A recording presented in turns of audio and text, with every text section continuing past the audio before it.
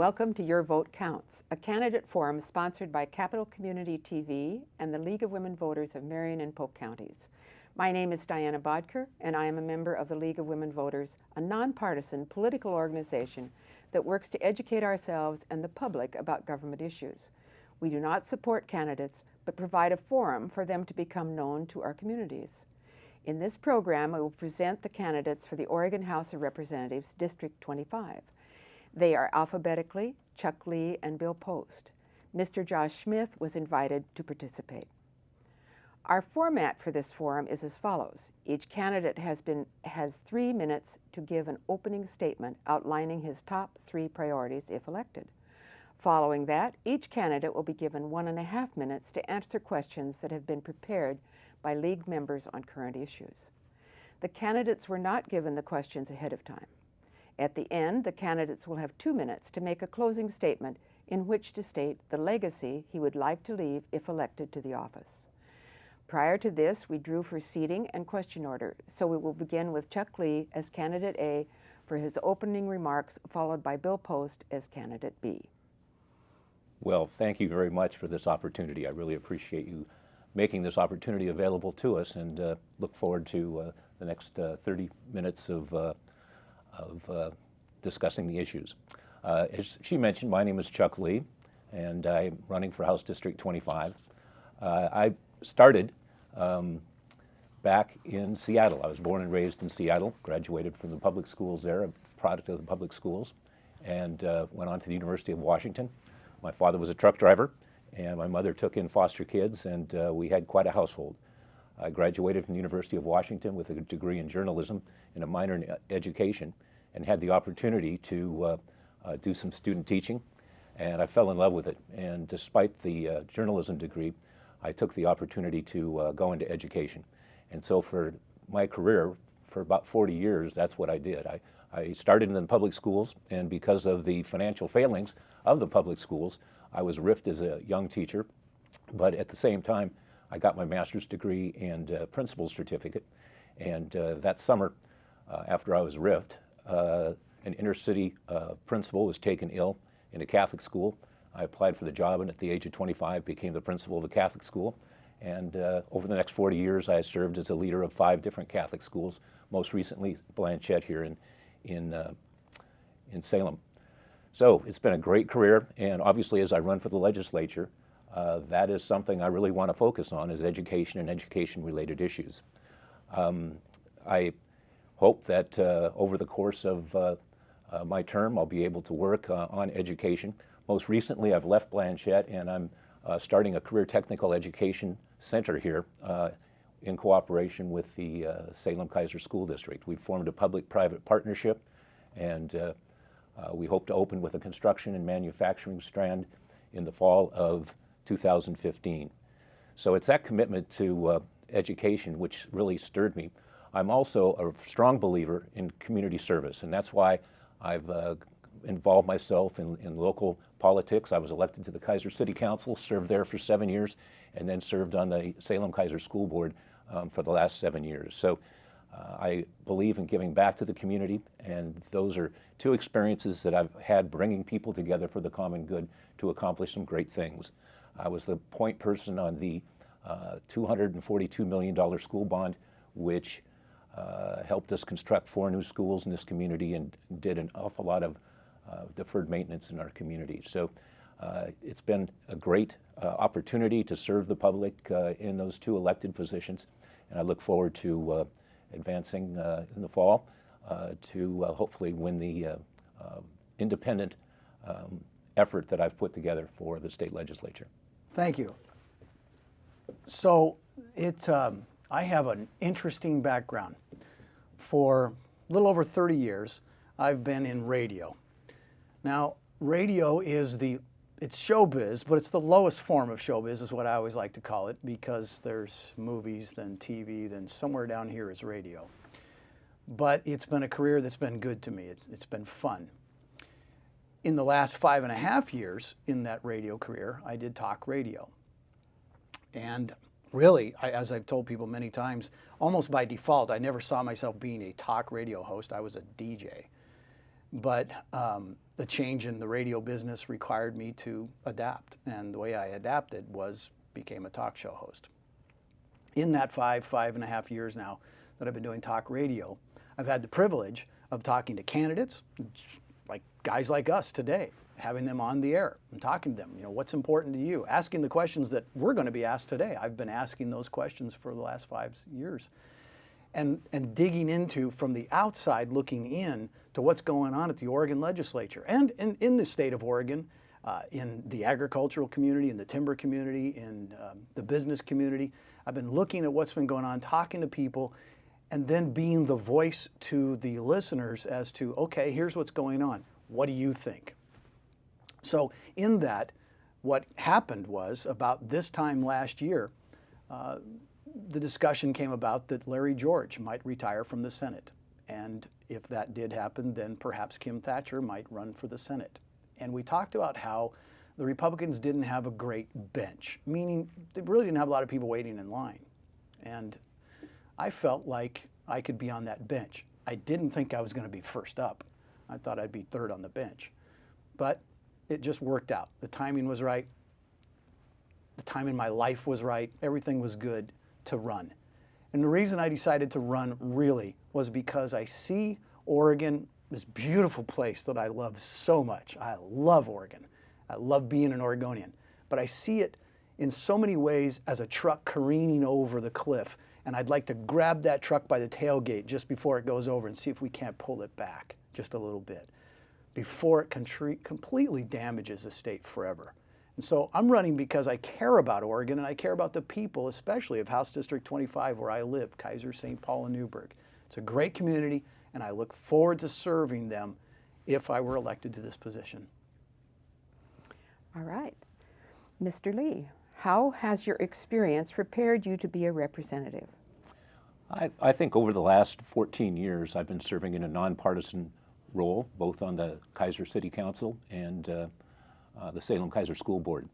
And what that's taught me is that we can accomplish great things when we work together. And I think that's one of my strengths, both in education and in helping to get Blanchette Catholic Schools started.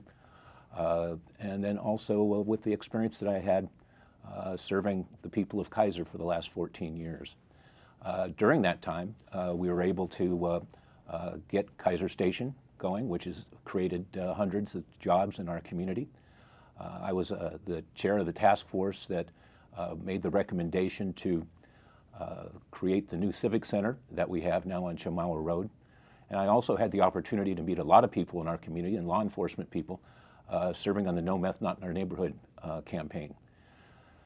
Then as a member of the school board, again, we've been really struggling because of the lack of funding that we've had for education in the most recent years. Since I got elected, we cut $120 million from the general fund. So I think that experience of going through and working with budgets, trying to make ends meet and still have quality programs, all go towards helping me be an effective legislator. Also, because I've had a lot of opportunities to work together with other people too, has been very helpful. Mr. Post, what are the most pressing transportation issues facing Oregon and the most promising approaches to address these? The most pressing transportation issues facing Oregon. Right now, okay, I'll give you a great example. No offense to the Beaver fans, but I'm an Oregon Duck fan, and I'm going down there tomorrow night. And I imagine the traffic somewhere between about Ankeny Hill and Eugene will be insane. It will be a parking lot for much of that period. Now that's just on a game day. But most days, we have a real problem with the freeway. We need more lanes. What I would like to see is more lanes in our highways, more lanes in our freeways, more room, more area for trucks to get their goods to the market, which is me and you. I'd like to see people be able to drive their cars a little bit easier and smoother on that road. So that means potholes fixed. That means damage to the roads fixed. But again, I want to see more highway infrastructure. So to get into the legislature, I'm going to have to find out where do we find that money? How do we shift that money? From where do we shift that money? Do we shift that money? Somehow we have to fund it. But I see the biggest transportation problem in Oregon right now is our highways. They're terrible. Okay, what are our most pressing transportation issues facing Oregon and the most promising approaches to address these? Well, I think that clearly the infrastructure that we're working with in this state is becoming antiquated. We have bridges that need some definite repairs, and we have just an awful lot of local streets within our counties and within our whole state that have not had adequate maintenance and repair over the years. So that concerns me very much because it affects so much of our economy with the ability to move crops and things around our state. So I think the critical areas that we're having in the area of infrastructure are the key ones as far as I'm concerned. All right. Mr. Lee, are there any of the ballot measures about which you feel strongly and why? Well, I feel very strongly, I'm very strongly opposed to the recreational marijuana initiative. I feel that looking at what's happened in Colorado and in Washington, they've had an awful lot of issues, but really what concerns me most about that is our young people. I think that by legalizing recreational marijuana for people over the age of 21, it just opens the door for an awful lot more exposure to those kind of, to marijuana from our young people, and that really concerns me. Some people say, well, why don't we just pass it because it's going to be a new revenue stream for schools, or it's going to be a new revenue stream for treatment. And my response is that the data that I've seen, that is only going to generate about $25 to $30 million at best in new revenue.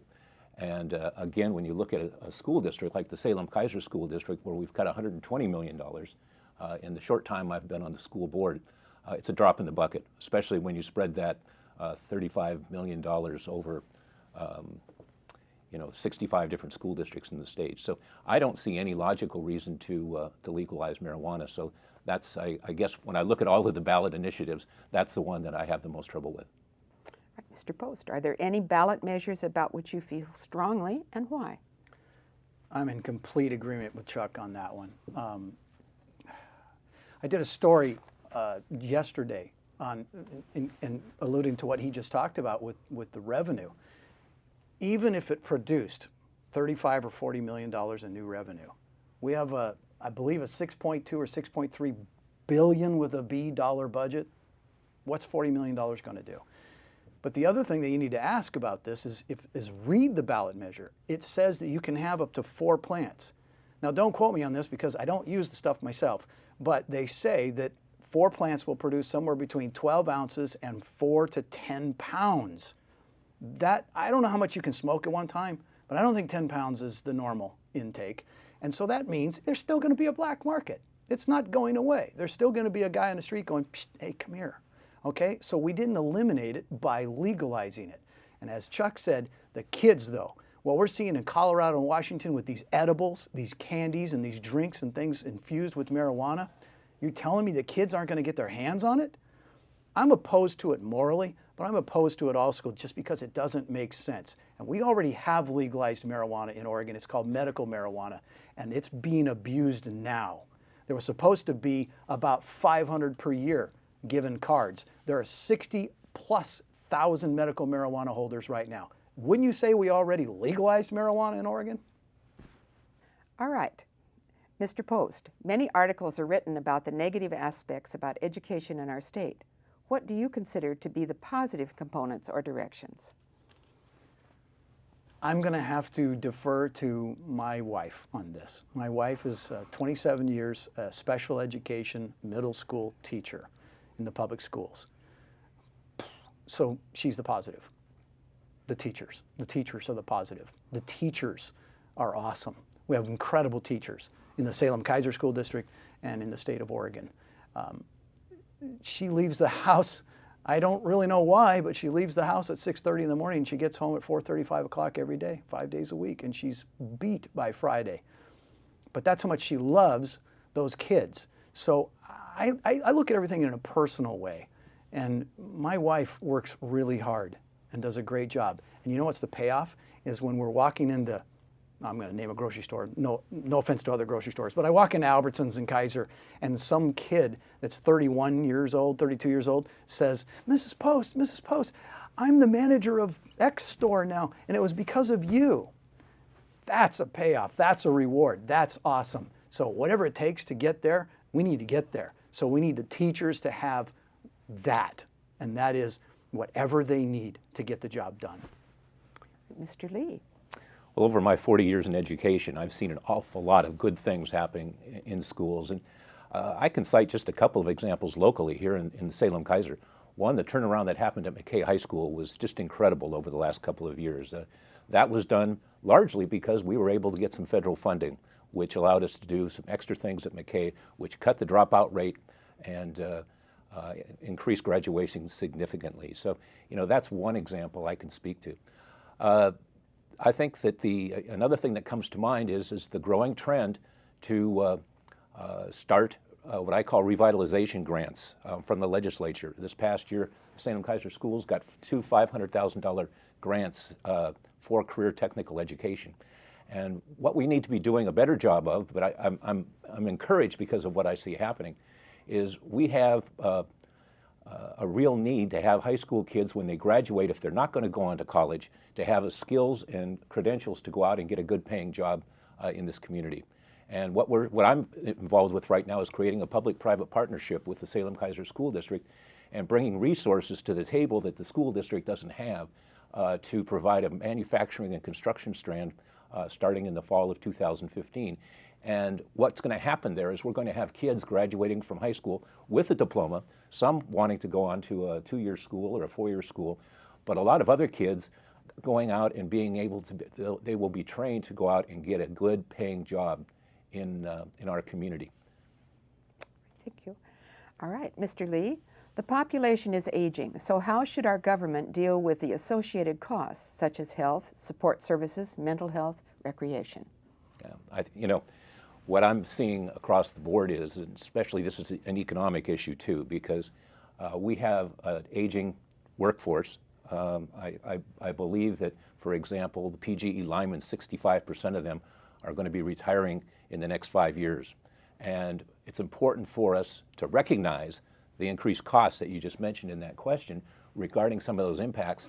But the other one that really affects our economy is we need to have a trained workforce to step up and take the place of that aging generation.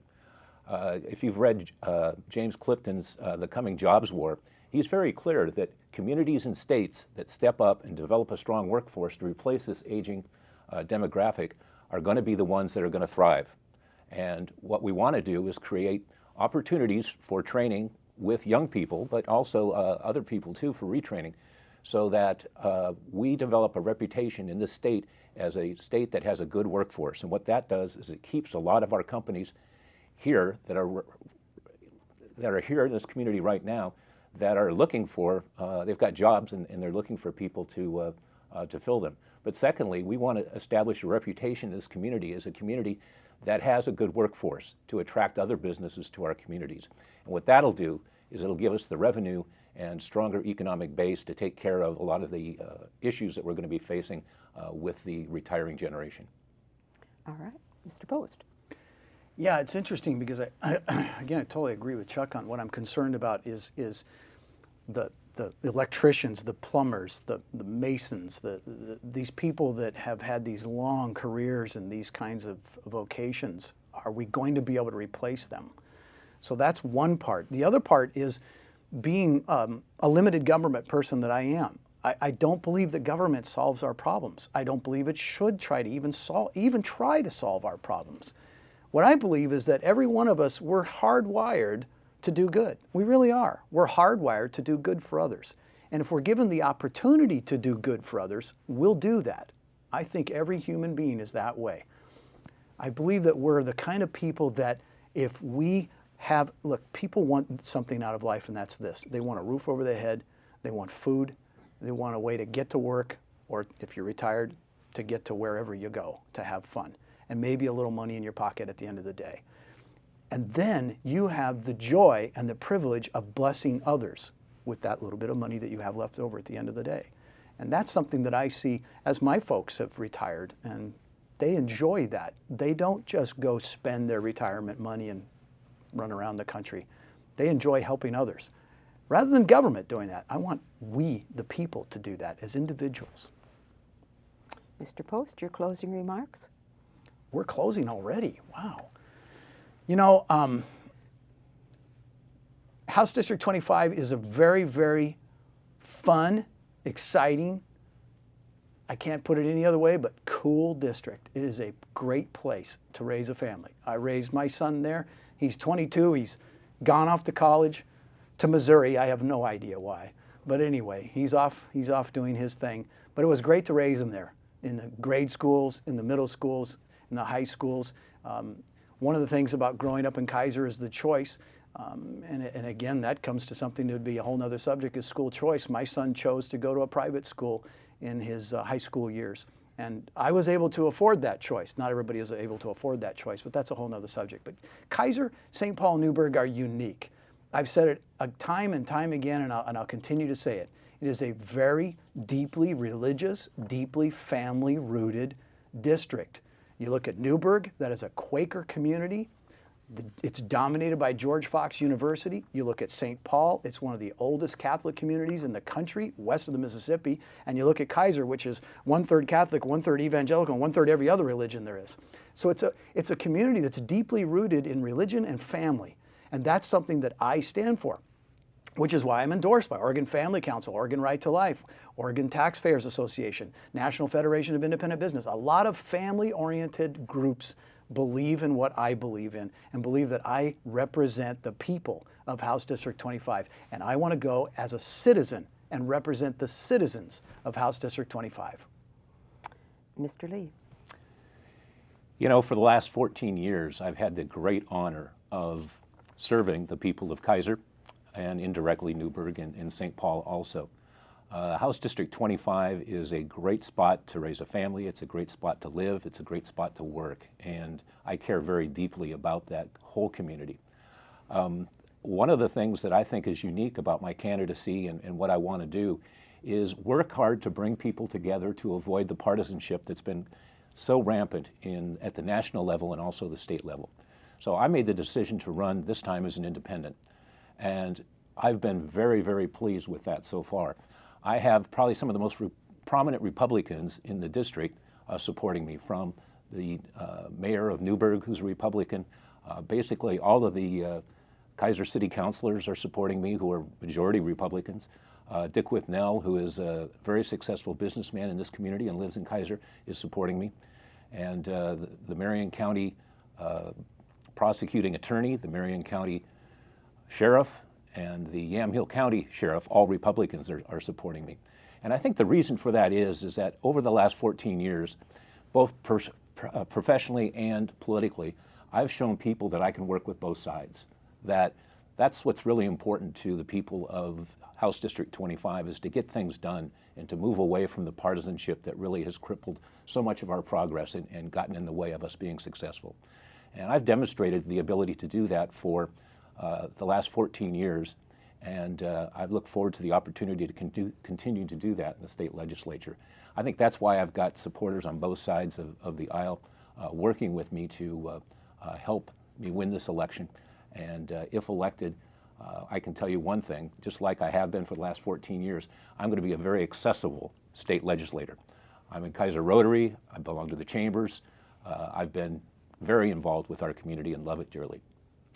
All right, thank you.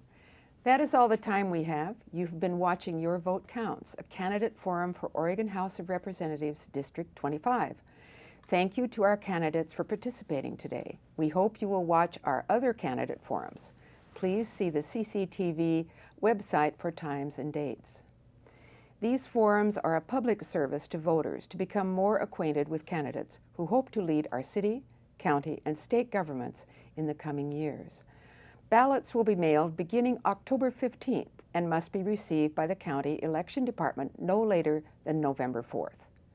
We urge you to exercise your right to vote. This is Diana Bodker from the League of Women Voters and our partner CCTV. Thank you for watching. Your vote counts.